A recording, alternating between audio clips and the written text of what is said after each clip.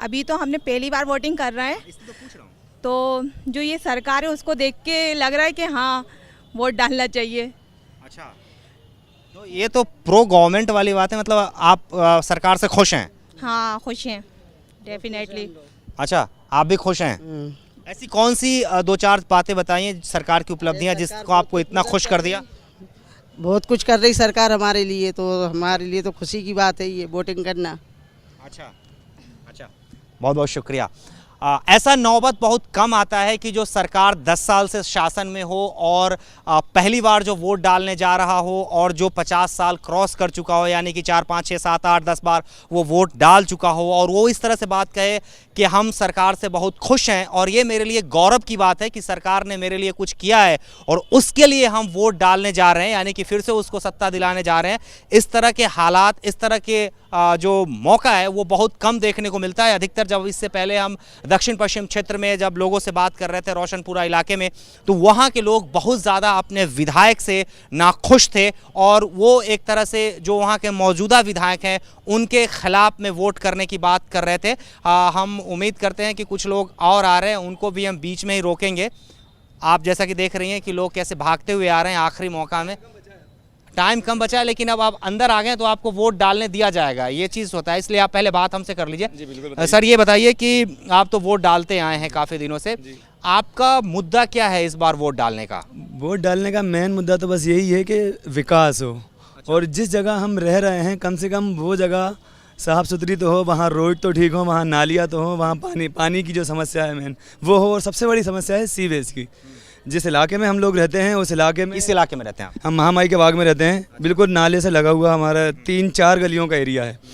एक बारिश में वहाँ घुटने घुटने पानी भर जाता है, तो वो थोड़ा सा निचला इलाका कहलाता है। लेकिन वहाँ सबसे बड़ी समस्या ये है कि वहाँ के नाले जो हैं वो बिल्कुल नहीं बने हैं। कुल मिला के ये अभी आज जो आपके विधायक हैं उनके काम से आप खुश नहीं हैं?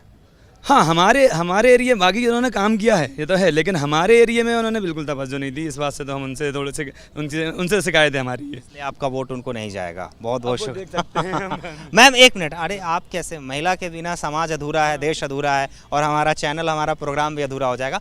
आप ये बताइए कि आप ये आपके साथ जो आए हैं ये कौन है आपके? अच्छा, तो हस्बैंड साहब के दिमाग में जो बातें हैं, जो उनकी सोच है, आपकी भी सोच वैसे ही है अपने विधायकों को लेकर? जी हाँ, यही, क्योंकि हमारे इस तरफ को जो गंदगी है वो हम लोगों को दिखती है, मच्छर है, बीमारियां हो रही हैं। अच्छा ये बताइए, गंदगी जो है ये चुनाव में मुद्दा नहीं बनता?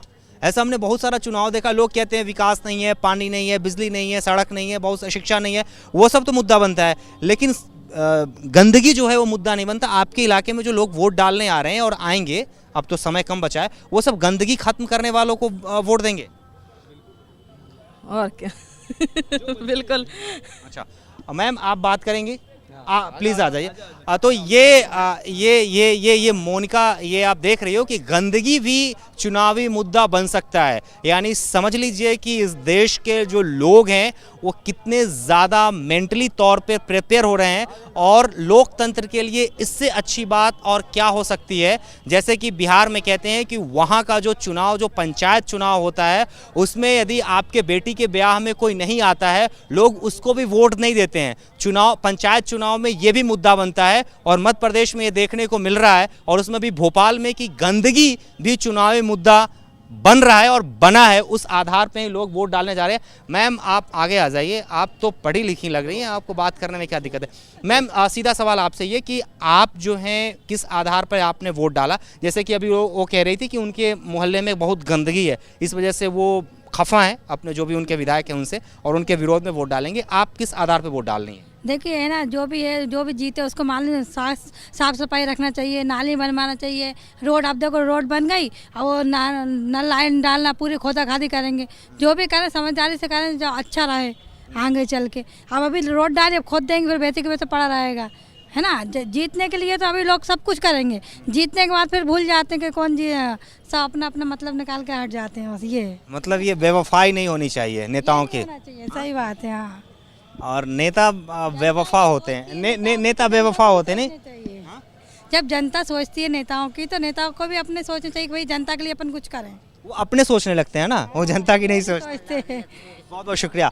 आप कुछ बोलेंगी, आप कुछ बोलेंगी चाची? आप कुछ बोलेंगे भाई साहब? हम बोलेंगे ना। हाँ बोलिए ना। मैं शिवराज चौहान के जो कार्य कर रहे हैं उससे मेरे को बहुत संतोष है। अच्छा, बस इतनी बोल।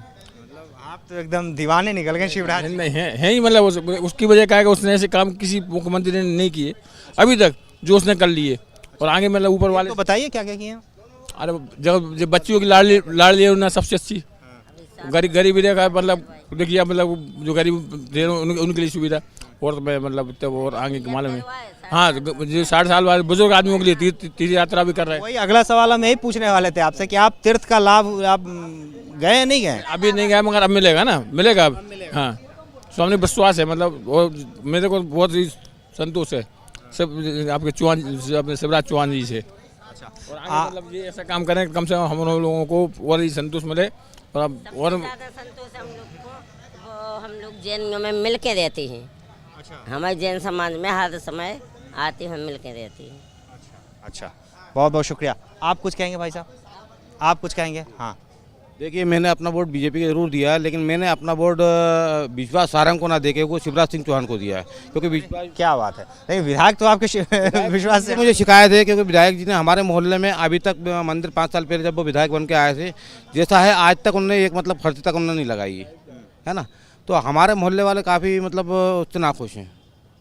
उनको चाहिए कि मतलब हिंदू धर्म को नाते उनको मंदिर में थोड़ा सा। शिवराज भाई साहब से आप लोग नाखुश नहीं हैं? नहीं, शिवराज भाई से खुश हैं, विश्वास भाई से खुश नहीं है। माफ कीजिएगा, शिवराज भाई साहब से आप खुश हैं, सारंग जी से आप नाखुश हैं? खुश हैं। हमने अपना वोट शिवराज सिंह चौहान को दिया, विश्वास सारंग को नहीं दिया। और नाखुशी पर खुशी ज्यादा भारी पड़ रहा है? जी बिल्कुल। वो तो आपके भाई साहब, मतलब इनके भाई साहब भी हैं और आपके बच्चे के मामा साहब भी हैं, इसलिए। तो मोनिका, जैसा कि आप देख रहे, जैसा कि लोग बता रहे थे कि वो अपने लोकल रिप्रेजेंटेटिव से खुश नहीं है, नाखुश हैं, लेकिन शिवराज सिंह चौहान से बहुत ज़्यादा खुश हैं। उनको उम्मीद है, इसलिए वोट डाल रहे हैं। लेकिन इसी को कहते हैं लोकतंत्र एंड डांस ऑफ डेमोक्रेसी, क्योंकि लोग जो हैं वो लोगों का अलग अलग मत होता है। लोगों का अलग अलग मत होने के कारण ये भी है कि लोगों के अलग अलग मुद्दे होते हैं, लोगों के अलग अलग महत्व होते हैं, लोगों की अलग अलग महत्वाकांक्षाएँ होती हैं। इसलिए लोग अलग अलग लोगों को वोट देते हैं और उसी में लोग कोई जीतता है, कोई हारता है और किसी की जमानत भी जब्त होती है। हमारे पीछे जो देख रही हैं कि इस तरह की एक बुजुर्ग महिला हैं, इतनी दिक्कत होने के बावजूद भी ये वोट डालने आई हैं। इनसे हम बात करेंगे, ज़रूर करेंगे। आप वोट डाल दें? हाँ? अच्छा, आप पिछले बार वोट डाली थी? अच्छा, सुनाई नहीं देता, इसलिए इनसे हम ज़्यादा कुछ नहीं बात कर सकते हैं। अच्छा, एक चीज़ आप बताइए, ये खुद कह रही थी कि आज चुनाव है तो हमको वोट डालने जाना है, या आप लोगों ने कह के लाया? उन्होंने खुद कहा ना, खुद कहा। अच्छा, हमसे आज तो नहीं बन रहा, ऑटो में ऑटो भाड़ा करके आई हैं आप? हाँ। अच्छा, तो इनको आप देखिए कि ये पैर से चल नहीं सकती हैं और बुजुर्ग हैं। कितनी उम्र होगी इनकी? 80 साल। 80 साल की उम्र है, इसलिए शरीर थोड़ा जवाब देता हुआ नज़र आ रहा है। उसके बाद भी इनमें उत्साह की कमी नहीं है और वोट डालने आए हैं। ये उन लोगों को सीखना चाहिए जो अपने आप को ये कहते हैं कि वो ज़्यादा पढ़े लिखे हैं। ये ज़्यादा पढ़ी लिखी भी तो नहीं होंगी? पढ़ी लिखी नहीं है, साइन सिग्नेचर करती हैं, अंगूठा लगाती हैं, यानी कि इसको ब्लंटली कहें, हालांकि ऐसा कहना नहीं चाहिए, लेकिन ये एक अंगूठा छाप महिला है। लेकिन इनको अपने अधिकार का पता है, अधिकार क्या होता है मत देने का, उसका इनको एहसास है, इसलिए वोट देने आई हैं। इसलिए उन लोगों को ज़रूर इनसे सीखना चाहिए, सीखना नहीं चाहिए, सबक लेना चाहिए कि अपने मताधिकार का प्रयोग करना उनका धर्म है, धर्म से ऊपर कर्तव्य है। जी बहुत बहुत शुक्रिया। जी जी बिल्कुल बिल्कुल बिल्कुल बिल्कुल बिल्कुल। ये जो नोटा का जो ऑप्शन आया है उसका भी इस्तेमाल बहुत लोगों ने किया है। अभी जो हम पिछली विधानसभा एक क्षेत्र था वहाँ पर जब हम थे तो हमने एक लोग से एक बुजुर्ग थे, करीब 70 से 80 के बीच में उनकी उम्र होगी। हमने उनसे पूछा कि आपने किसको वोट दिया। उन्होंने जितनी भी पॉलिटिकल पार्टीज है सबको गाली दिया। क्या गाली दिया मैं ऑन रिकॉर्ड आपसे नहीं कह सकता, इसलिए मैं बता नहीं रहा हूं। उन्होंने सबको गाली दिया और कहा नोटा जिंदाबाद। हमने कहा नोटा जिंदाबाद मतलब क्या? बोला कि हमने नोटा को वोट दिया है और जब तक लोग यानी कि पॉलिटिकल पार्टी के नेता जो हैं, राजनीतिक जो लोग हैं, नहीं सुधरेंगे तब तक मेरा पॉलिटिकल यानी कि नोटा ही जिंदा रहेगा। तो नोटा का भी लोगों ने इस्तेमाल किया है और नोटा की वजह से ही पोलिंग परसेंटेज में कुछ इजाफा होगा। और ये जब इस बार जब परिणाम आएगा और उसमें ये देखना होगा कि जो टोटल पोलिंग हुआ है उसका कितना प्रतिशत नोटा को गया है। यदि नोटा का प्रतिशत ज़्यादा होगा तो वहाँ पर मोरली रूप से जितने भी पॉलिटिकल पार्टीज़ हैं उनके लिए वो एक डिफीट होगा, यानी उसको कह सकते हैं कि नैतिक तौर पे उनकी एक बहुत बड़ी हार होगी। हमारी कोशिश होगी कि एक दो लोग यहाँ पे तो कई अच्छे लोग आ रहे हैं और वोट डाल के जा रहे हैं, उनसे हम उनको ट्रेस करने की कोशिश करते हैं। थोड़ा सा आप मैथिल जी मेरे साथ आइए, उनसे हम बात करने की कोशिश करते हैं मैम को। Sir excuse me. अच्छा, अब हालांकि उन्होंने वोट दिया इसके लिए उनका बहुत बहुत शुक्रिया, लेकिन वो बच्चा उनका इंतज़ार बाहर कर रहे हैं इसलिए वो हमसे बात नहीं करेंगे। लेकिन एक महिला आ रही है, उनसे बात करने की कोशिश करेंगे। हालांकि वो मेरी ओर देख रही हैं। अच्छा, देखते हैं वो यदि पास आते हैं तो बात करने की कोशिश करते हैं। ऐसे यदि आपका कोई सवाल है तो आप सवाल कर सकती हैं, तब तक आपके सवाल का हम जवाब देते हैं।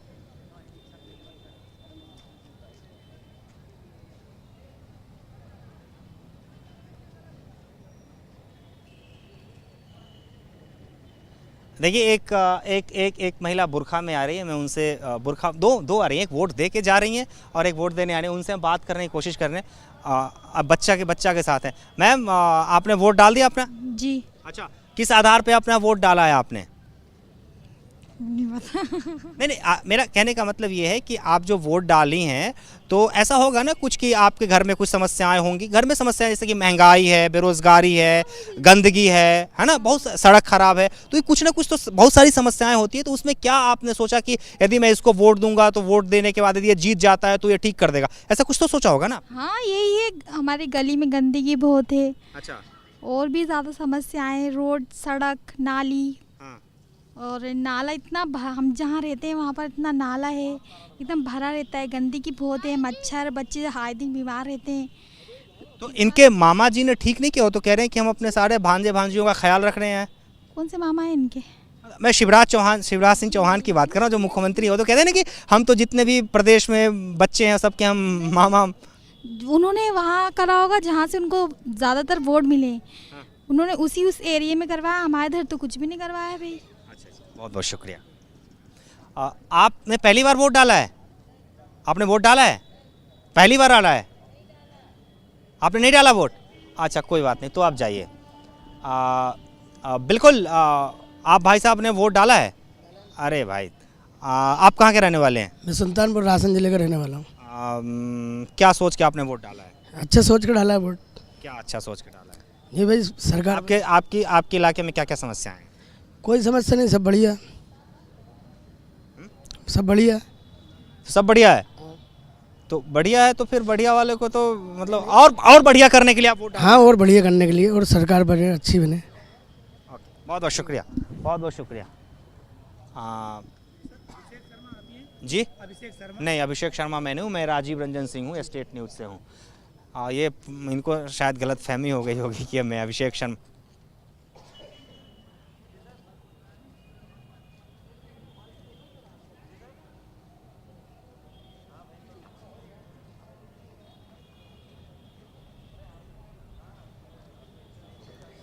बिल्कुल, आपको हमने कहा कि गंदगी भी चुनावी मुद्दा बन सकता है। ये अपने आप में ये दर्शाता है, ये दिखाता है कि जो लोग जो हैं वो कितने ज़्यादा जागरूक हो रहे हैं, अपना उनका जो अधिकार है उसके प्रति कितना ज़्यादा वो जागरूक हो रहे हैं, और वो जानते हैं कि इसका निदान करवाना भी हमारा जो लोकल रिप्रेजेंटेटिव है, हमारी जो सरकार है, उसका ये कर्तव्य है। और वो कर्तव्य को नहीं निभाया है, इसलिए इसके खिलाफ में या यदि कुछ काम किया है तो उसके पक्ष में हमें वोट देना है। तो बिल्कुल आप सही कह रही हैं कि इस बार जो है वो मतदाता जो है काफ़ी ज़्यादा जागरूक हो चुके हैं, और इसलिए अपने आप में हर छोटी से छोटी चीज़ें जो हैं वो मुद्दा बनते जाता है। क्योंकि आप जानती हैं कि लोग बेरोज़गारी और महंगाई से नीचे उतर नहीं पाते हैं, और गंदगी चुनावी मुद्दा बन नहीं पाता है। यदि गंदगी चुनावी मुद्दा बन रहा होता तो भोपाल जो है, जो पुराना भोपाल का हिस्सा है या नए भोपाल का जो भी हिस्सा है, वो इतना गंदा होता नहीं, और म्युनिसिपल कॉरपोरेशन जो होता है वो इतना सुस्त चाल ढाल से चलता नहीं, उसकी चाल कुछ और होती।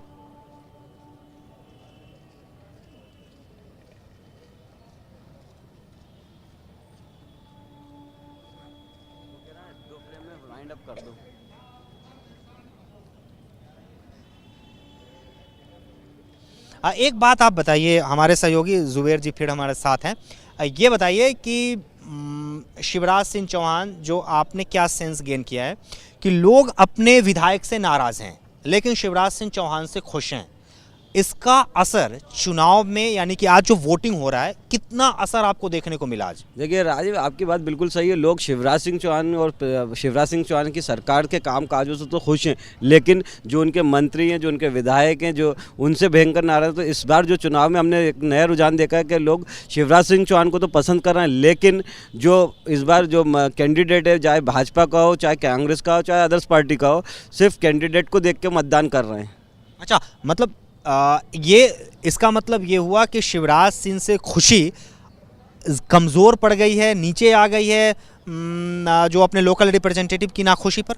बिल्कुल, शिवराज सिंह चौहान के काम, उनके कैंडिडेट के जो काम है उस पर भारी पड़ गया। शिवराज सिंह चौहान को तो पसंद कर रहा है, लेकिन जो कैंडिडेट्स हैं भाजपा के हो चाहे कांग्रेस के, उनके जो काम है, उनकी छवि चाहे कांग्रेस की हो चाहे भाजपा की, उनकी छवि पे भारी पड़ गई। साथ ही एक चीज़ और देखने को इस बार हमारे को सामने आई है, लोग विकास के नाम पर चुनाव लड़ते हैं। जिस तरह की भाजपा ने या कांग्रेस ने प्रचार किया, एक दूसरे पर अटैक किया विज्ञापनों के माध्यम से, लोग पब्लिक पे और मतदाताओं पर उसका कोई असर देखने को नहीं मिला। लोगों का कहना है कि हम पूरे जो कैंपेन था चुनाव का, दोनों पार्टी एक दूसरे पे लांछन लगाती रहीं, दोनों पार्टी एक दूसरे पे एलिगेशन लगाती रहीं, लेकिन विकास की और बात किसी ने नहीं की, भ्रष्टाचार की बात किसी ने नहीं की कि हम भ्रष्टाचार मिटा देंगे या विकास कर देंगे। लोग एक दूसरे पे कीचड़ उछालते रहे।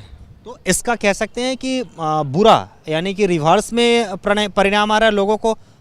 राजीव, जिस तरह के आज राजधानी भोपाल में मतदाताओं को रुझान देखा गया, मतदाताओं ने जिस तरह से खामोशी इख्तियार कर रखी है, ये खामोशी आने वाले तूफान का संकेत भी हो सकती है। जब 8 तारीख को बैलेट बॉक्स से मशीन, तूफान का मतलब क्या हुआ, सीधा सीधा बताइए। तूफान का मतलब सत्ता परिवर्तन।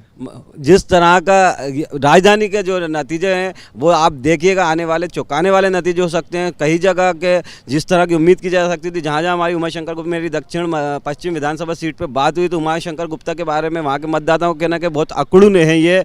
वहीं संजीव सक्सेना की एक उम्मीद की जा रही थी, संजीव अकड़ू को फकड़ू बनाओ इसलिए मतदान हुआ आज, ये सोच के। तो लोगों का यही कहना था कि बहुत अकड़ू है, बात नहीं करता, उनको सीधे सीधे मतलब उन पर ये लगा रहा था कि गृह मंत्री रहते हुए बहुत उन्होंने अकड़ दिखाई है, पब्लिक से बिहेव भी ठीक नहीं रहा। वहीं संजीव सक्सेना को भी लोगों ने पसंद करा, लेकिन जिस तरह की लेयर थी संजीव सक्सेना के बारे में, उस बारे में एक बात और सामने आई है अभी तक जो भर के सामने आई, जब हम लोगों ने जहाँ देखा, जो पप्पू पारवे खड़े हुए थे, एक आपको याद होगा पिछली विधानसभा में संजीव सक्सेना भाजपा के टिकट से चुनाव लड़े थे और 22,000 मत लेके गए थे। इस बार भाजपा ने पप्पू पारवे को कहा गया, जो उमाशंकर गुप्ता के खास आदमी माने जाते हैं, तो ये कहा जा रहा है कि पप्पू पारवे जो बीएसपी के जो वोट बैंक था वो वहीं पप्पू पारवे की तरफ जाके गिरा है और एक मुश्त गिरा है। इससे संजीव सक्सेना को नुकसान हो सकता है। हालांकि ये क्लियर बात है कि लोग गृह मंत्री को, उमाशंकर गुप्ता को पसंद नहीं कर रहे हैं, लेकिन गृह मंत्री ने जिस अंतिम दिनों में जिस तरह की रणनीति बनाई थी उससे उनको फायदा मिलने की संभावना है। रणनीति क्या बनाई थी, क्या उन्होंने रणनीति ऐसा क्या बनाया था? बूथ मैनेजमेंट ने जिस तरह पप्पू पारवे को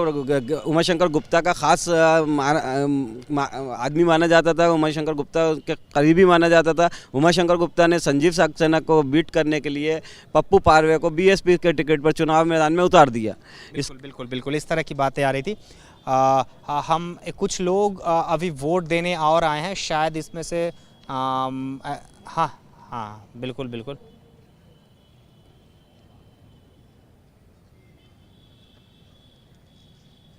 आप सवाल मैं आपका समझ नहीं पाया मोनिका।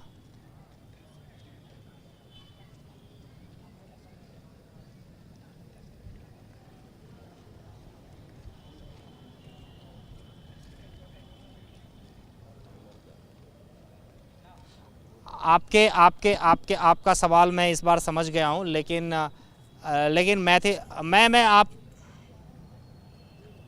मैं आपका सवाल समझ चुका हूं, मैं आपके सवाल पे आता हूं। लेकिन यहाँ पे एक देखिए कि एक विकलांग युवती हैं जो कि पैर से चलने में उनको दिक्कत है, लेकिन उसके बावजूद भी वो ऑटो हायर करके आई हैं और वोट देने जा रही हैं। तो इससे आप समझ सकती हैं कि युवक में कितना ज़्यादा उत्साह है अपने अधिकार को लेके, और उनसे हम बात करने की भी कोशिश करेंगे। आप पहली बार वोट डालने जा रही हैं? जी मतलब अभी आपका नाम आया है? जी। अच्छा, आप क्या सोच के वोट डालने जा रही हैं? आपकी उम्मीदें क्या हैं जिसके लिए आप वोट डालने जा रहे हैं? उनसे क्या उम्मीदें हैं आपकी? उनसे ये उम्मीद है जो मतलब हमारा जो काम है रुका हुआ वो करवा दें।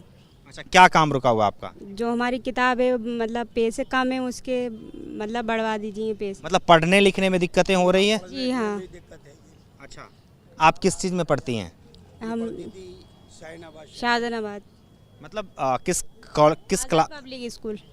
अच्छा, आप स्कूल पास आउट हो गई हैं मतलब? छोड़ दिया हमने। अच्छा, आपको मतलब मजबूरी में स्कूल छोड़ना पड़ा है? जी, मजबूरी में छोड़ना पड़ा। अच्छा, तो ये आप चाहती हैं कि आप जो वोट जिसको देने जा रही हैं वो यदि जीत के आता है तो वो आपके लिए ऐसी व्यवस्था करे ताकि आप अपनी पढ़ाई को कंटिन्यू कर सकें? जी।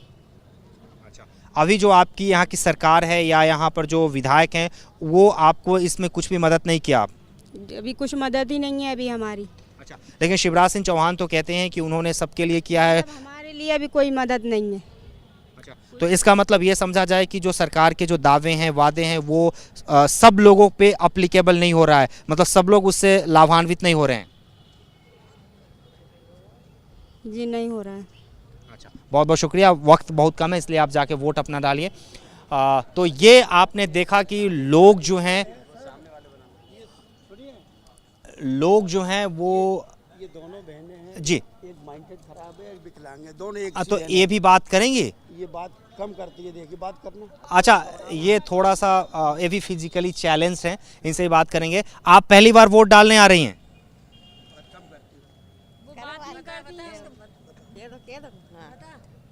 हाँ? अच्छा, ठीक है, बहुत बहुत शुक्रिया, बेस्ट ऑफ लक। एक मोनिका, एक वृद्ध व्यक्ति हैं जो कि वो भी फिजिकली तौर पे थोड़ा सा चैलेंज, मतलब वृद्ध अवस्था होने की वजह से उनका शरीर थोड़ा जवाब दे रहा है। उनसे भी बात करने की कोशिश करेंगे। ये बोल नहीं पाते हैं लेकिन आप सुनाई भी कम देता है, मतलब आप देख सकती हो, आप समझ सकती हैं कि किस तरह से लोगों में रुझान यानी कि लोगों में उत्साह अपने अधिकार को लेके है। लेकिन एक बात यहाँ पर यह भी देखने को मिली है कि जो नया भोपाल है यानी कि जो शहरी इलाका है, ये हम पुराने भोपाल में हैं, वहाँ के लोग वोट देने कम आए हैं, कम निकले हैं अपेक्षाकृत पुराने भोपाल के।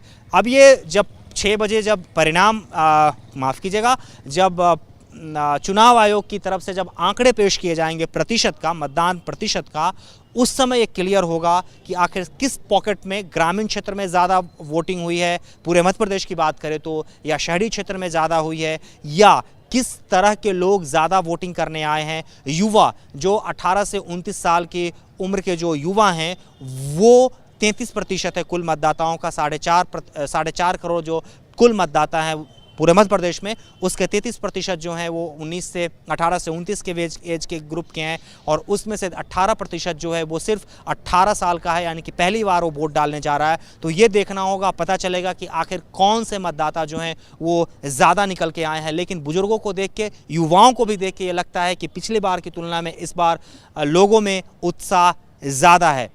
मोनिका,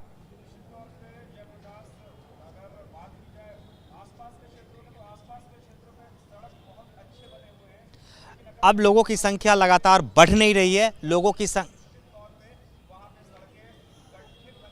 जी,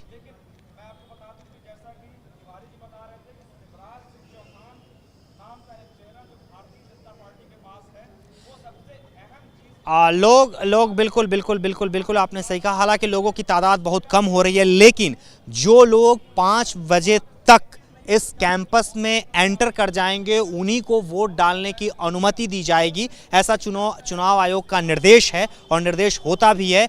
इसलिए 5 बजे के बाद जो लोग भी आएंगे वो वोट नहीं डालेंगे, लेकिन जो लोग अंदर आ गए हैं वो तो वोट डाल ही सकते हैं, इसलिए उनको हम रोकेंगे। मैम, अब आप अंदर आ गए इसलिए आप वोट डाल सकती हैं, इसलिए अब आपको देर नहीं हो रही। हमसे 1 मिनट बात कर लीजिए। आप कहाँ रहती हैं? ये कमू का। अच्छा, आपके इलाके में क्या क्या दिक्कत है? थोड़ा सा आगे आ जाइए, थोड़ा सा आगे आएंगे तब तो आप कैमरा में आ पाएंगे। पानी की प्रॉब्लम है सबसे मेन प्रॉब्लम। क्या पानी क्या प्रॉब्लम? मीठा पानी नहीं है। अच्छा हाँ, आपके हम एक ही हैं। दोनों मेन में मतलब दोनों की समस्याएं सेम है। पानी के अलावा और क्या समस्या है? बहुत सारी प्रॉब्लम्स हैं ऐसी। तो समस्या इतनी है कि याद नहीं आ रहा है या फिर बता नहीं पा रहे हैं? नहीं, अभी बस पानी की सबसे मेन प्रॉब्लम है, मीठे पानी की। मैम आपके लिए आपकी क्या क्या समस्या है? आप कहाँ रहती हैं? जी, सईदिया मस्जिद। अच्छा, आपके इलाके में क्या क्या दिक्कतें हैं? मतलब कोई दिक्कत नहीं है? हाँ, सब कुछ चंगा। अब पता नहीं, देखिए इस स्थिति में, उसी स्थिति में लोग कुछ नहीं बोल पाता है, या तो बहुत ज़्यादा दुखी होता है या बहुत ज़्यादा खुश होता है। अब ये क्या है, बहुत ज़्यादा दुखी हैं या बहुत ज़्यादा खुश हैं अपने काम से, अपने इलाके में डेवलपमेंट को लेके वो